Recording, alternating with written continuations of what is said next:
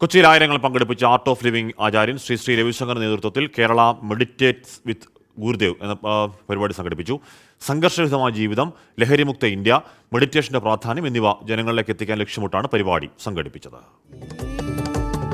ജനനി ജനീത്രി ധരണി ധരിത്രി അഭയതേ സർവശുഭാംഗി.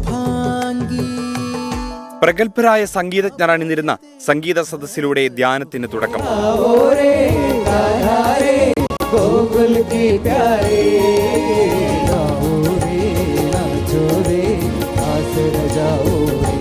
നൃത്താവിഷ്കാരത്തിലൂടെ ധ്യാനത്തിന്റെ രണ്ടാം ഘട്ടം. സമ്മേളനത്തിൽ എത്തിച്ചേർന്ന ആയിരക്കണക്കിന് ആളുകളെ ആത്മീയ ലഹരിയിലാഴ്ത്തി യോഗാചാര്യൻ ശ്രീ രവിശങ്കറിന്റെ കടന്നുവരവ്. ജീവിതത്തിലെ പ്രതിസന്ധികൾ നേരിടുന്നതിനെക്കുറിച്ചുള്ള പ്രായോഗിക വശങ്ങളെക്കുറിച്ചും ധ്യാനത്തിന്റെ പ്രസക്തിയെക്കുറിച്ചും ആചാര്യന്റെ വാക്കുകൾ.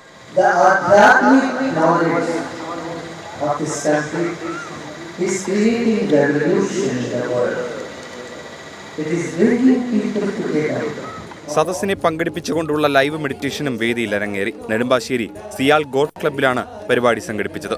ശ്രീ രവിശങ്കർ വിദ്യാമന്ദിറിലെ കുട്ടികളുടെ കലാപരിപാടികൾ ഉൾപ്പെടെ ജ്ഞാന ധ്യാന ഗാനസന്ധ്യയും അരങ്ങേറി. സാമൂഹിക സാംസ്കാരിക മേഖലയിലെ പ്രമുഖരും പരിപാടിയിൽ പങ്കെടുത്തു. 24 കൊച്ചി.